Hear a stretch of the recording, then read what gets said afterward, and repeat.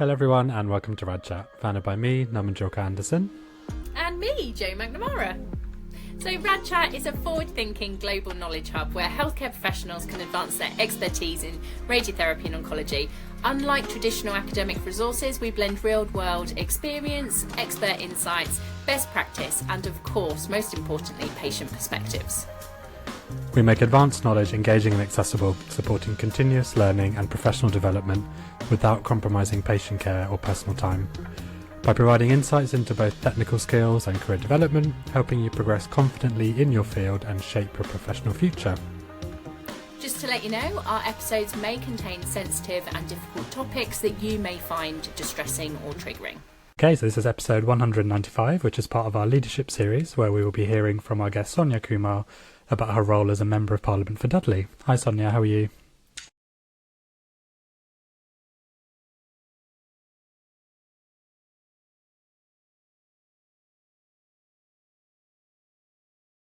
I'm good, thank you. Thank you for inviting me. Really pleased to be on the show.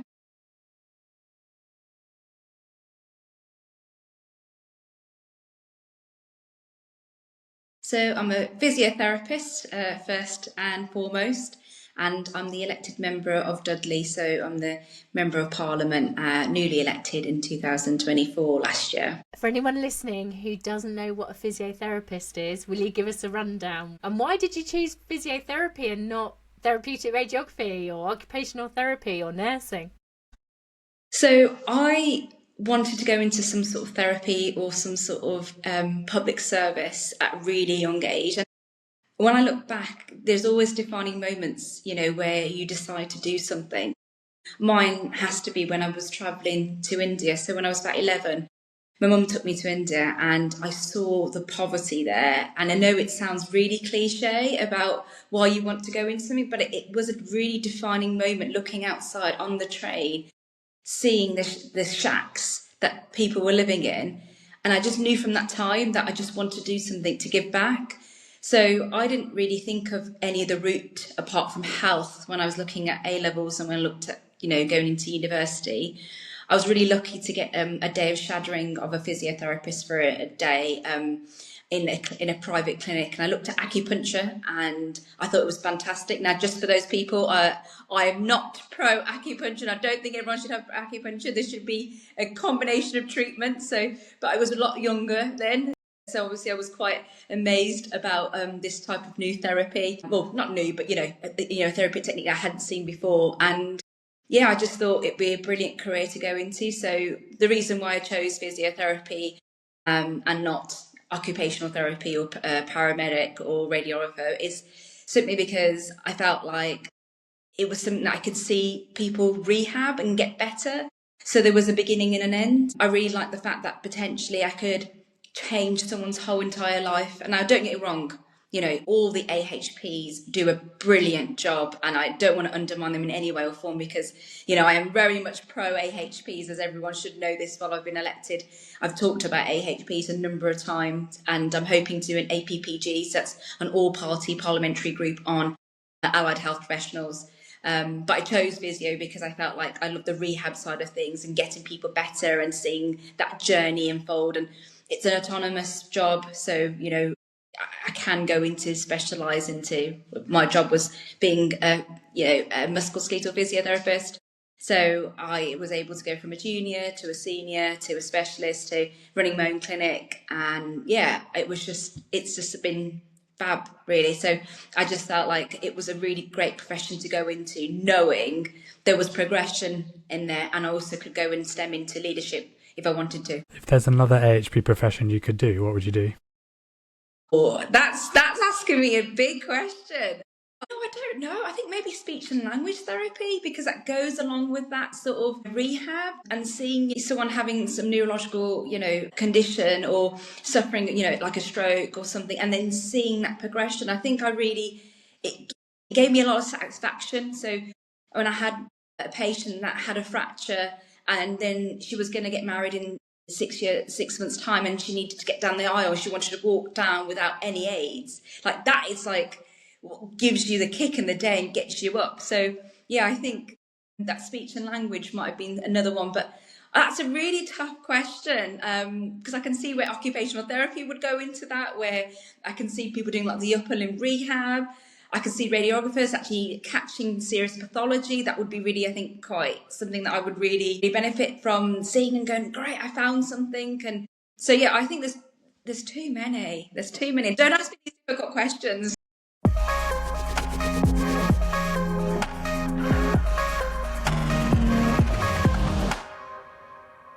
So, Sonia, you've obviously dipped your toe into the world of politics. Tell us a little bit about how that came about. Do you know what? I got angry, and that's the real reason for going into politics. I had managed, teams. I had been a band 7, and I'd done some departmental work, and managed some of the admin team, managed the physio team. And as I was progressing up, I just felt like the resources were just getting more and more scarce. And either luxury, and I'm going to do luxury with a little quotation marks, like the art therapy, music therapy, drama therapy, all these brilliant therapists. And again, that's something I might want to do, to shout out to my art therapists, because I don't think they get enough recognition, those 3, at all. So yeah, I would say, it was just being shed off, shed slowly every year by year. When I first came when I graduated from university, I had 2 days of on-call training, and I'd done no ITU like for paediatrics previously, and then I was on call. And I just think some of this was I just thought was wrong. You always think young, enthusiastic, and I think, oh well, if I go up to a band, if I can change things a little bit more.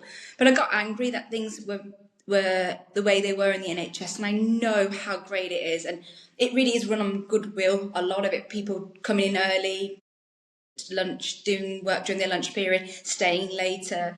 And it's not because people just simply care. They're doing the job for the right reasons. The NHS is just an absolutely beautiful piece of legislation that went through, that we've ended up into a place where nobody has to fight over how they're going to get care and how they're going to pay for something, because that's not something that exists here. So I'm really proud of the NHS in so many ways, but I was just really angry, and I was just angry at politicians, and I was busy, wagging my finger at the television and shouting at how terrible they were.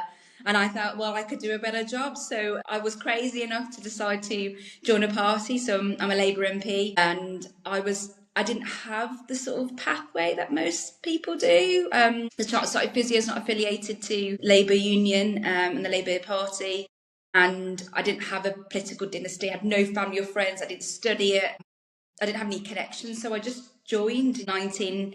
And yeah, then the general election was called. I thought it was an absolutely fantastic opportunity. I loved the canvassing and knocking on doors and speaking to people. And yeah, and then it sort of snowballed from there, really. And I'm the first woman to ever be elected now in Dudley. There's never been a woman in this seat. There's never been an ethnic minority ever been elected in the whole entire Dudley borough as an MP. So, breaking some glass ceilings in that process. What's your experience been like as a woman of colour going into politics? I'm going to answer this question really honestly. I'm not going to do a politician's answer. I have never felt the colour of my skin ever since apart from being in this job. It really does matter. And, being in the NHS, generally, if you progress through and you get on well and you do your job well, you move up the bands. And, I think there is institutional challenges in the NHS. I think that's proven with research and study, and I don't think I'm saying anything that's controversial here. Having also done my MSc on literally organisational behaviour in the NHS is what I chose, and I chose physiotherapist perspectives on ethnic minorities versus non-ethnic minorities, about progression and, what that matters. And there was a big difference between both of those perspectives. So, yes, but I think I didn't feel it then. I don't know why, but I just didn't. But being in politics now, I definitely feel the difference of being an ethnic minority woman. And when we're talking about immigration, we're talking about flags. It's a completely different subject for me to talk about, because there's already some people had their guard up against me. And I won't forget an incident when I did one of my first surgeries and someone came in to see me. MPs also do surgeries, very similar to what physios and other clinicians do. where people come and speak to you about their sort of challenges and their concerns. And she goes, I didn't expect you to be like this. And the way she said it was this in the colour. She's like, from your background. And I thought, why wouldn't I? Like, why wouldn't I care about you? Because I care about my patients. They came in with a blank canvas and I tried my best. Why would you not think I would do the same for you? So it's definitely changing people's perception of what ethnic minorities can do. And one of the things I remembered in the general election, I was asked, do women do this job? And I thought, well, we've really got to start from basics here, don't we? So yeah, it's been challenging, not a challenge that can't be overcome with, I think, determination and being quite tenacious. So any person that's listening to this podcast thinking of going into sort of public service in elected office, whether it's at council or at parliamentary level, I would give it the green light. It's absolutely fabulous job. It's an honour of a lifetime, and I'm not saying that because it's a politician's answer. It genuinely is. I absolutely love this job. So yeah. Can I just ask a quick follow-up about that person who said people like you wouldn't expect you to be in this job? Do you think from kind of your heritage and family background, that's the view of women being more of the housewife and not always being out there? In my household, that would definitely not the case. My mum's a fierce woman, and I wouldn't want to mess with her or anyone like her. She's a fierce, dominant woman, and she's sort of brought up two strong women, in the house. Her two daughters, and my sister's an absolute inspiration. My mum is, and,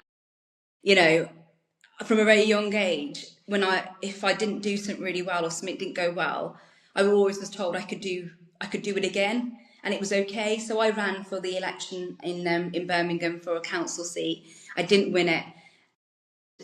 My mum was in at the day of the election when the results came out, and I knew I'd lost because I'd lost the postal vote. And my mum was like, it's okay, you could still win. I was like, Mum, I'm really not going to win now. Like, the postal vote's come out, I've lost. But she just said to me as I spoke to her in the evening afterwards, because I said to her, you go, because I think this is going to be a little bit emotional when you hear your daughter losing. I'm just going to need to be here to make sure I shake the person's hand and, do all the things I should do as a candidate. And I spoke to her in the evening and she said, don't worry, you can do it again.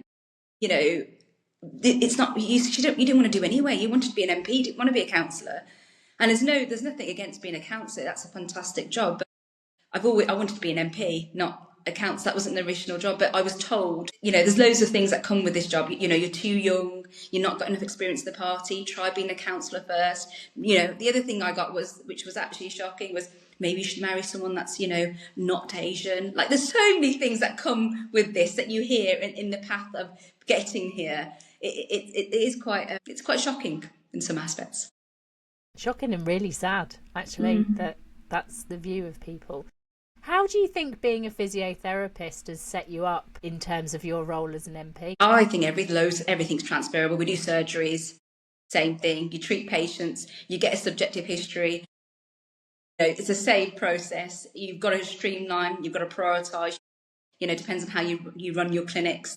I still call it a clinic, even though it's the surgeries and people come and see me. I'm like, yeah, my clinic's fully booked. I ask my team members, and they're like, what? I'm like, no, you didn't mean that surgery. You know what I mean? It's a case is still coming through.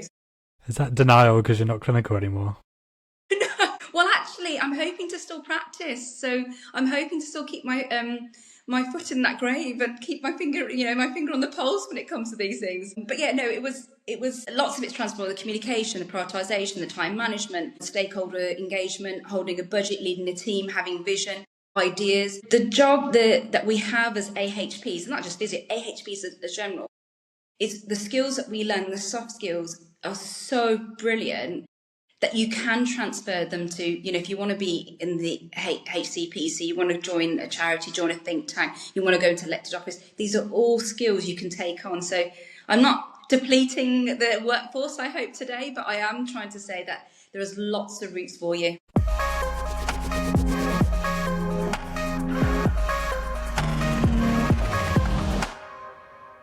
I sure other people have as well, but saw you stand up and talk about incontinence. It's a topic that not many people would feel comfortable just openly maybe hearing on the telly or the radio. Could you tell us a bit more about that as well, please? Yeah, well, if you want to break anything in terms of any shame or any worry or any fear of speaking in the chamber, just talk about wee and poo. That was, I think, was the easiest thing to do. So yeah, no, I laugh about this, but it's such an important subject. It affects 1 in 3 women, 1.5 children and young people. 1 in 10 with bowel conditions. It's more common than hay fever. This is such a serious condition, whether it's post-prostate cancer, whether it's, you've given birth or, there's conditions for why you've now led this. There are young people that have had lots of drug misuse that are now got incontinence. So it hits across all generations. It's not just an older person's condition. Incontinence for both the bladder and bowel. Now, we've tried to get rid of this word incontinence because I debated it on incontinence. And as I spoke to, 1, experts, and then 2, I did sort of round tables with patients. It's more about bladder and bowel health. So I changed my debate to change it all to talk about bladder and bowel health and bowel care and bladder care. So yeah, incontinence was the debate name. And that's because when I first tabled it, I thought it was a really great way to talk about something that's people think of as a taboo, and it's really discussed in most people's in shadows because they don't want to talk about it openly. And I did a debate in February this year on a women's incontinence debate, and so many people spoke to me about it afterwards. I'm really pleased that I raised it. Then I thought, why haven't we spoken about this? And then I realised there's never been a general debate about incontinence at all. So I tabled it from there, and then it just sort of snowballed. And yeah, I've had loads of physiotherapists that reached out to me on the back of it. I was apparently on one of the conferences on pelvic health, which I saw my face on there, and I thought, oh, what's going on here? They mentioned me. So yeah, no, definitely thank you to all those that supported that debate. Patients, the experts, the obs and gynae team, the midwives, my own bladder and bowel care in my constituency in Russell Sore Hospital that also helped with getting patients to give me quotes and tell me, how they wanted it to be recognised. So yeah, it was a big debate. I would try to pull people to talk to on that debate because nobody wanted to, because it's just, it is a taboo subject. Really interesting, isn't it? Because there is a lot that could affect the general population, not just in health, but in anything. But if it's taboo, it's not necessarily spoken about until someone takes that leap of faith to think, no, I'm passionate about this, so let's debate it. So I think the fact that you did that really highlights that, yes, obviously, it's great that you've got that pride in let's open this discussion. But I also think it highlights, doesn't it, that there are some things that are just never talked about because they're classed as being taboo. But we did that with menopause, we did that with period poverty, and it's just a progression. I've moved the dial, forward, and I hope, I might go so far with this debate, and I'm trying to continue to push it in terms of getting it into education, so that we have bowel and bladder health conversations at a really early age, and we know what healthy is. What we do need to, when we need to talk about hydration, and there's so much that's around that, but then also talk about sort of in terms of prevention. So I'd love to see, more self-referral. It's not a postcode lottery across the country. People do have access, and it's self-referral, so you're not having to go via GP or a specialist. You can. There is actually a service. So there's so many places in the country that there's no service or very limited service. So in Dudley, we're very lucky that there is a great, fantastic, provision there. And Ola, who is the physiotherapist, I definitely need to say thank you to, who she was the one that helped me put this debate forward, who's a physiotherapist in the Russell Sore Hospital. These people are there and talking about pelvic health, but it's not just, incontinence. It's loads of subjects like this where we talk about shadow, banning on how we talk about health words not being discussed on social media, getting banned, or when we're talking about violence against women and girls, we're talking about financial abuse. There is so many things that I could talk about in Parliament, But, we have a very limited amount of time, limited debates. But yeah, it's breaking the taboo at every moment. And that's my try for the next term while I'm in. How do you balance your interests? So it's like something like this that you're passionate about compared to, something that one of your constituency members has raised to you that maybe you're not as passionate about, but it's an important topic. Yeah, no, so DESNES, but hopefully none of the DESNES people are listening to this, which is like the energy department. Back GB Energy, I think we should be looking at renewables, but it's not my area of expertise, and it's not my biggest area of interest, but I recognise the cost of living. I recognise the energy prices are high and looking at ways that we should reduce them. And there are loads of ways that we're looking at how that is modelled in the community and local authority level. So I guess the way I do it is we can write to ministers, so what MPs can do, for those that are not sure what members of parliament do, we can write to the minister, so we can ask the expert of that department and they can get an answer. We can do written questions. So there might be a really quite niche area about that someone wants to ask, and they might be an expert on it. It's a constituent of mine, but I'm not. But they want an answer, or they want to get some information. So we can do one. We can speak to the library, who've got a load of experts. It's quite easy looking at like civil servants. Like you can imagine, for all the experts for every single department. We can ask the department itself. We can ask for a one-to-one with the minister, and I'm very lucky, Labour government and Labour MP, so it's a little bit easier, I guess, to navigate some of those conversations in the tea room sometimes, or in the voting lobbies, to have a discussion about something. So there's lots of ways that I can represent people. As a member of parliament, I think there's sometimes an expectation that we're meant to know every single area, and we just can't.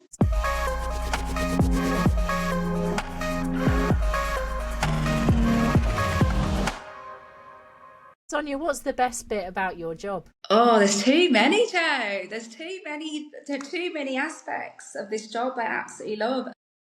I think I'm going to have to name a few because I'm sorry, I just can't prioritise. I'm not going to prioritise this one. I think it's the engagement. It's my residents. It's my community. I think it has to be. I will prioritise that one as one. That is definitely got to be the one. When I go out and I speak to people about, some brilliant grassroots work that's being done, it is such a privilege. Like, it's such a privilege to see people doing some brilliant work. And then my job is marrying people up or getting them in touch with, maybe if there's a funding stream that we can get them, linked into, so that can grow some of their services or whatever it is they want to try and do. Doing surgeries, so having one-to-ones, solving people's cases. I guess that comes back to my physio roots of getting people better. And I think it's incredibly lucky and privileged position to be in, and I can't say that enough, because if I want to speak to experts, I can call a roundtable. With the incontinence debate, I got the obs and gynae, I've got the midwives, I've got the child psychiatrists, I've got all the specialists, people that really know this area inside out, because I'm not a pelvic physiotherapist. I couldn't do that.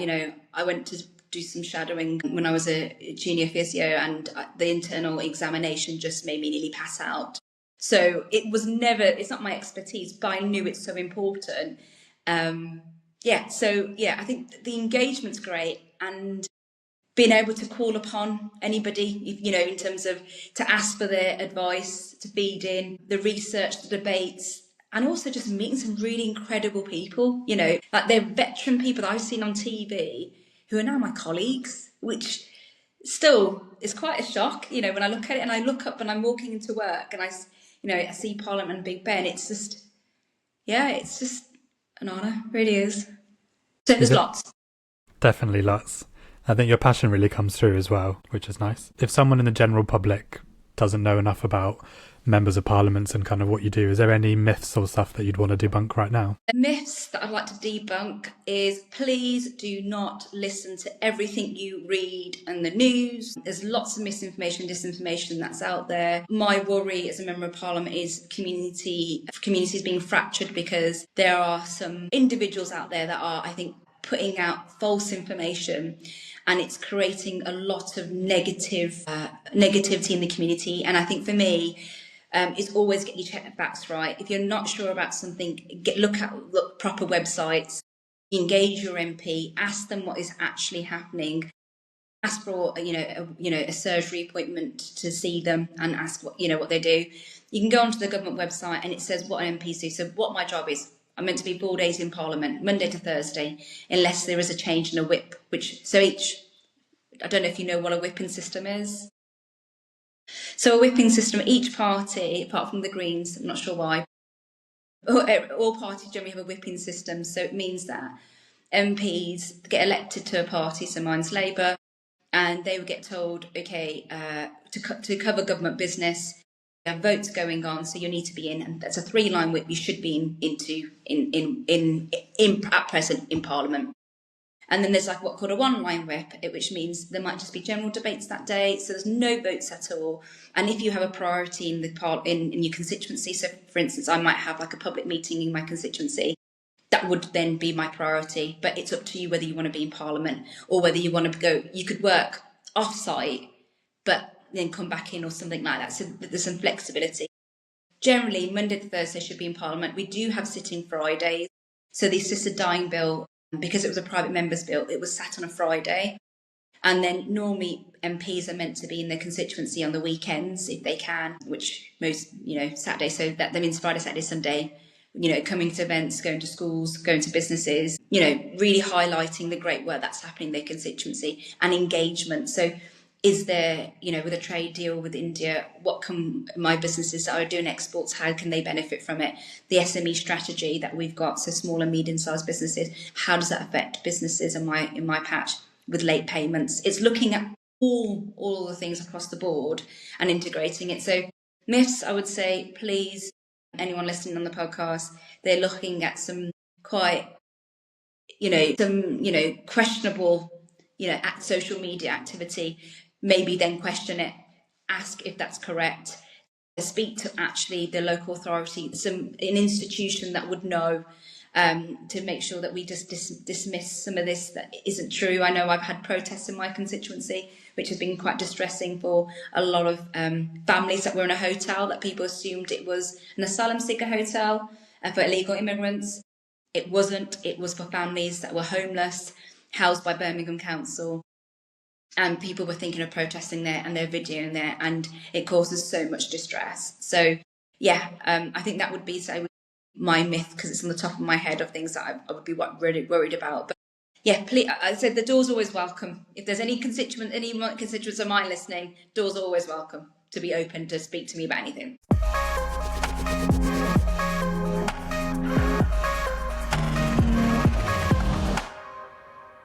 So Sonia, you said that whilst you were a physiotherapist, there were certain things that, however, far up the ladder you went, you weren't able to make those changes.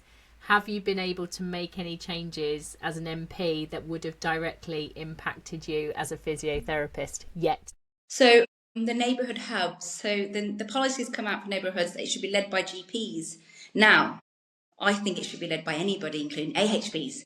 So I've written to the Minister, I've spoken to Wes about this, and I've spoken to Stephen Kinnock about it. So sometimes there's some lobbying that can happen behind closed doors that people may not always be aware of.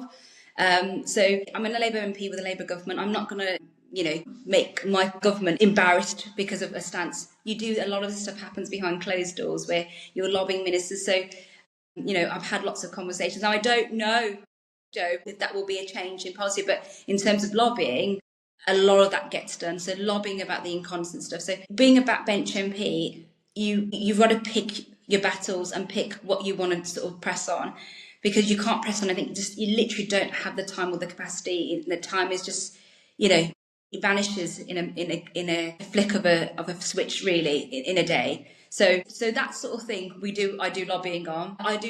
So I'm the APP co-chair of osteoporosis. So getting fracture liaison services rolled out to every single constituency, and like in hospital in particular.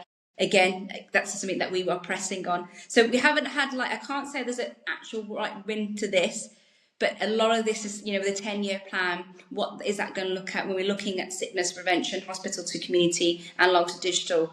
How does that look like? And when we're talking about it on the high street. So I'm lobbying for the empty shop policy that the government's put out to put in healthcare in that. So again, a lot of lobbying. Definitely a lot of lobbying and meeting lots of people. I think that talking about what happens behind closed doors is quite important. So I think, as you said, you always expect your MP to be working 24/7, which sounds like you are anyway. But it's good to have that passion of the healthcare side coming in. I think there's a lot of physios that I know that obviously watched that debate about incontinence, as you said, and like they found it amazing just to openly talk about it. But it's that kind of how it stems into, as you said, the all parliamentary groups. Obviously you're part of the osteoporosis one, but you said at the beginning there might be one around AHPs as well. Is that right? It's true. I've been trying to set this up for a number of months. I can't get a Tory MP or Lord to become a co-chair because it's called all party, so it has to be. So if I'm the chair, I need to have another officer that's from the opposition benches. Now, there's 121 Tory MPs, and some of them may not always take on APPGs because I think, I've got other priorities. Some of them are ministers, and then Parliament's put a new policy out that you can only be an officer of 6 APPGs. So it's one of those things. I'm now trying to find a Lord that can do it. So if anybody knows, or any Lords listening on this call that are Tories, please, can you get in contact with me? Because I'm trying to reach out to many to actually start the route. And as soon as we can, then we can start going down maybe inquiries, which could be anything in the AHP, which is going to be hard for me to try and navigate because we're so broad. But I think it's so needed because we carry a third of the NHS. Yeah, we don't get discussed enough. So important, just raising the profile. I think that was one of the amazing things of seeing you in Parliament when you just said AHPs and everyone was like, someone knows what an AHP is. And it is, you hear people talking about it going, did you see it? And I know, like, Numan and I work a lot with Radiotherapy UK, and any time that, say, Tim Farron brings up radiotherapy, everyone's like sharing all these videos amongst our community going, he mentioned therapeutic radiographers, and then obviously people will say, oh yeah, diagnostics, and you're like, no, that's not us. So it's demystifying, isn't it, and helping to raise the profile as much as possible. So it is amazing, and I really hope that a Conservative MP out there or a Lord actually goes, no, this is really important and we do need to support Sonia in this. What are you doing for AHP's Day? How are you going to celebrate it? I haven't got a plan this year. I need to make sure that I'm actually going to mark it. I can't tell you, the days sometimes just go. And, you're probably aware what's going on with Gaza at the moment. And my focus has been making sure we get a statement out. We've had the attack on the synagogue, me speaking to the faith leaders. So it's really cross-cutting what I do in terms of whether it's international stuff that's happening, whether it's me going on with talking to people regarding their local issues, and then obviously things that interest me. So I haven't put anything together. So I probably should really come down to my hospital. But I'm hoping one of my jobs is actually next week, is to give all my ID in so I can start to get on the bank again. So that's probably what I'm going to celebrate, is me going back on the bank. That's such a contrast to everything you're saying, all this cool stuff, talking about being an MP, and now you're trying to fight the NHS system to get back on the bank. It's such a contrast. Yeah. I was actually going to say one thing I am looking forward to is if anybody's thinking about, so I'm like to do any therapy or consider doing some work in Ukraine or some virtual work, it'd be just a little bit of a call. I know you've got quite a big listener portfolio, so if anybody wants to collaborate with me with Ukraine in particular, please drop me an email. Hopefully everyone knows my email. It's Sonia. That's sonia.kumar.mp@parliament.uk. I've spoken to a number of people generally that aren't in my constituency, but it's just, if anyone is doing any work, already doing work in Ukraine or any virtual stuff, then let me know. And if they want to do any more, then get in touch, because I would like to speak to some that have got speech and language, podiatry, orthotics, shall I say, actually, physio and OTs, to do some rehab. Amazing. Yeah, hopefully we can get some people involved. I know there's a lot of people, if you want to look at humanitarian work and things like that. That's a side hustle, that is. My side hustle that I'm trying to get done. It's some rehab there.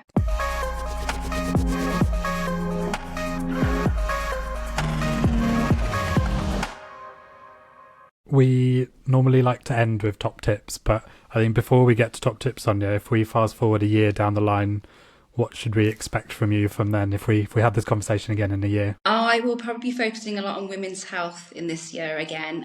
It's going to be a continuous thing. I'm the first woman to be elected in this constituency. it'd be silly not to use my health and the fact that I'm a woman and my expertise in that to drive some of the sort of health inequalities and highlight them, and also see what I can do to reduce them. Sometimes it's about doing the awareness, and that's a big thing in itself. Like I said, it's the biggest thing in politics. You think you can change things really overnight, you really can't. So it's like I sometimes say, with incontinence, I've now turned the dial, forward. It might not be me that's going to take that dial again and move it forward again. It might be someone else. It might be another MP, or it might be in 5 years' time. Change takes a long time. So yeah, it's lots of talk about sort of women's health. I'm hoping to talk about, and I will be doing a debate or contributing to a debate regarding financial abuse, sort of violence against women and girls, and looking about sort of domestic violence policy, and that it should be implemented in all, I think, organisations, and it's not. So I'm changing a little bit of Parliament. That's been my contribution. Is I'm hoping that we will change MPs and them introducing a domestic violence policy in their offices. There's 650 MPs. You can recruit to maybe 5-time full-time equivalents. That's a lot of people that recruiting all offices are. So that will be my changing the dial of domestic violence and highlighting that. And I don't know, because sometimes things just come really organically. I didn't think I was going to be talking about poo and wee, a year ago. I can assure you that, in Parliament, as I first got elected. So I think sometimes things just come organically. And if anybody has any ideas or something they want to talk to me about, they can always email in. I would say email your MP first. And if you want to talk to me about health, then email me, because sometimes I'm going to get an influx of emails now going, can you do this? And I'm like, oh God, I'm not your MP. And I do want to talk about it, but I've got other things. So yeah, email your MPs, definitely lobby them. I would say anyone should be lobbying me too as their MP. But if anyone's got something quite niche and they think maybe it hasn't been discussed, then yeah, they can email me and I'll have a read at least, if nothing else. Sonia, before we go into top tips, I want to ask a very specific question about graduates at the moment. So there are lots of AHPs about to qualify, 6 or 8 months off, and already they're realising that actually NHS trusts have put on a job freeze, they're making AHPs redundant from NHS trusts, and it can sound quite a scary job market. What advice and support would you give to anyone who potentially starts looking for an NHS job after qualifying or soon to qualify as an AHP and thinking, gosh, what am I going to do? Well, first of all, I'll say it's not like the health department are unaware of this. They fully understand. I've had this conversation before summer recess about job freezes, because I have still friends in the NHS that have graduated, or colleagues that's got a friend who's also graduated said to me, listen, they've graduated from university, they're now having to do assistant band 4 job because they're waiting for a band 5. And lots of internal progression happening, and actually people are going up the bands quicker, when actually we could be widening that net to larger pools of people with more experience. So there is a safety element to that, because if you're pushing people up to band 6 and band 7 really quickly and they just don't have that clinical mileage, that's a worry. So I am aware of this, aware a long time ago. This has been raised. Wes's team is aware of this, because he normally does meet sort of those that with health interests and clinicians in particular. So he's aware of what's happening. But obviously there's a lot of rejig with abolishing NHS England, reducing ICBs by 50%, so that we start moving some of this funding, because it's a lot of duplication of care with NHS England. I don't know anybody that said to me, do you know what, it's a bad idea to do with that. I think the phasing it in, it needs to be implemented. I think we need to look at redundancies and how they get paid. So I think there's still a lot of streamlining that needs to be done. But if anyone's worried or they want to be, if they're concerned, I would say, again, speak to your MP, because it can't just be some of the clinical MPs that know what's going on the ground, speaking about this. I'm sure Wes is not going to appreciate me saying this, but the more people that lobby, the more impact it has. And if you can get your MPs to then go, right, this is seriously a problem, this produces a snowball effect that we may need to do some more rapidly, because sometimes, Westminster's a very small place and it's a bubble in some aspects, and you may not always know the full impact of something. Now, you're aware of the impact because, like I said, Wes is aware of this and the team's aware of this, But it's never going to be a bad thing that people keep highlighting what their challenges are and ways that we could sort of help them. And AHPs are really bad for this. I'm sorry, I'm an AHP, but we don't ever shout about things. We don't go on strike. We don't start, putting up any sort of major resistance to anything. But I think we should do that. I think that's a good thing because our voices should be heard and we should be accounted for. So yeah, make noise that's kind of my advice too, my tip. No, that's fantastic. Maybe we won't take away everyone go on strike, but be more vocal. No. No, I'm saying we don't. I'm saying we are generally don't. God, no. I'm going to be in a lot of trouble today. It's all right. It sounds like you're besties with Wes, so it's all good. We'll send you our request via email. We've all got it now. No, he's great, and he listens anyway. He does listen. It's not like he's unaware. I think some people say these politicians, they're standing up, they have no idea what's going on, us on the front line, and I'm like, the best thing about this cohort of people, and this is across the parties, they've all got so many different experiences, different walks of life. There are people like me that have come from frontline. They're frontline, we've got mental health, we've got surgeons, we've got, all sorts of people, solicitors, we've got people that worked in charities. So because of that abundance of talent in that aspect, it means that everything gets fed through. People aren't going, oh, I've never heard of this before. Didn't know there was some freezes. It's not like that. But sometimes, you've got to get the ball rolling and making a bit of noise. And I don't think that's a bad thing. Wes, don't sack me.